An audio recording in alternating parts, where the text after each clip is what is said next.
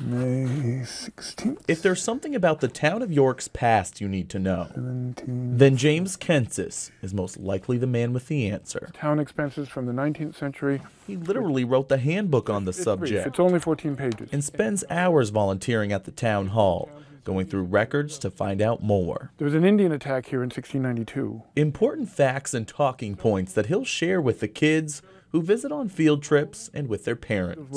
And then go to the house journals. James knows plenty about York's past, but he's also well aware of how great it is now. Very carefully in the records. The 58-year-old, reading through the foggy lenses, hasn't had the easiest go of things. 14th. A struggle with autism and obsessive compulsive disorder that his longtime friend, Reverend Carrie Pritchard, has watched create giant obstacles. A clump of disabilities that prevent him from being able to really integrate into a system where he doesn't need help. 111. The moment when James needed the most help came in April, when the apartment building he was living in sold and he was forced to move out.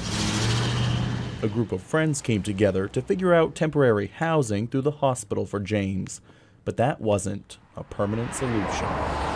Rent in York isn't cheap, and now his disabilities check won't cover the cost of a home in the town where he volunteers at the library, the historical society, and the town office. This is the year 1748. Where on a rainy spring day, James sat by himself on the lawn with a cardboard sign and message about his down-and-out situation. Chicken Caesar wrap. That got the attention of Sean Mitchell, who owns the Bagel Basket, What size? where James had been known to visit for an oatmeal cookie. But he left one day with a lot more than lunch. And as soon as I saw him, I just said, hey, I have a place for you. We'll work. Let's not worry about the finances. We'll figure that out eventually. But are you interested? And he was very interested. A biography of Captain John Smith. James was able to move into the apartment that Sean offered the 1st of July. I haven't moved for anywhere for about 15 years. He's been busy unpacking his boxes that, no surprise, include a lot of hardcovers. I do like books, yes I do. That, like him, finally have a place to call home after a rocky few months. A combination of some real effort on the part of the people who I work with and some give and take back and forth.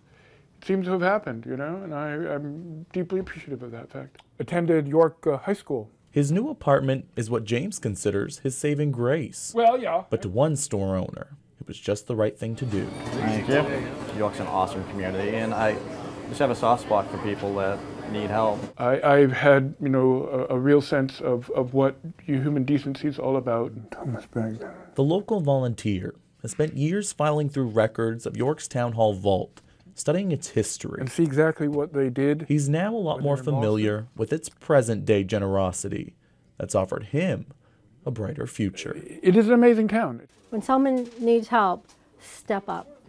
That's the seed we want to plant. On colonial New England, see, I've got a biography of Captain John Smith.